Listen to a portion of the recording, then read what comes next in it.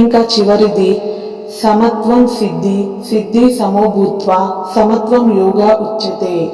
ఇది 2వ అధ్యాయం 48వ శ్లోకం ప్రకారం విజయం పరాజయంలో సమానంగా ఉండడమే యోగం.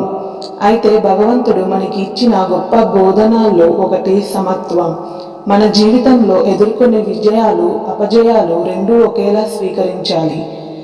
కేవలం విజయం కోసం పాకులాడకూడదు, అలాగే ఓటమిని కూడా భయపడకూడదు. అయితే భగవద్గీతలో శ్రీకృష్ణుడు చెప్పినట్లు ఏదైనా వస్తే స్వీకరించండి, కానీ పోతే మాత్రం బాధపడకండి. ఇంకా మనం చేసే ప్రతి పనిలో కూడా సమత్వాన్ని పాటిస్తే నిజమైన ఆనందం మనకు లభిస్తుంది. మరియు శరీరం ఆరోగ్యం లేదా అనారోగ్యం ఉన్నా అది భగవంతుడి కృపగా మనం భావించాలి. సంపద పెరిగినా గర్వపడకూడదు, అలా అని తగ్గినా బాధపడకూడదు. ఇంకా అయితే సమత్వ భావన మన జీవితాన్ని ప్రశాంతంగా మారుస్తుంది. అన్ని విషయాల్లో సమాన దృక్కోణంతో జీవించగలిగితే మనం సంతోషాన్ని పొందగలం.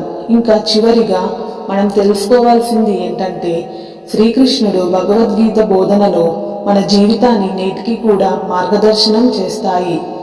అయితే కర్మయోగం, ఆత్మతత్వం, సమానత్వం భావన ఇవన్నీ పాటిస్తే మనం జీవితంలో నిజమైన ఆనందాన్ని పొందగలం.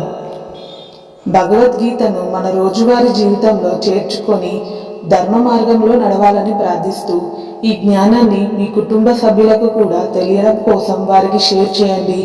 అయితే భగవద్గీతను కేవలం చదవడం కాదు, దాన్ని మన జీవితంలో పాఠంగా అవలంబించాలి. ఎందుకంటే ఇది నిత్య జీవన సరళికి మార్గదర్శనంగా మారుతుంది.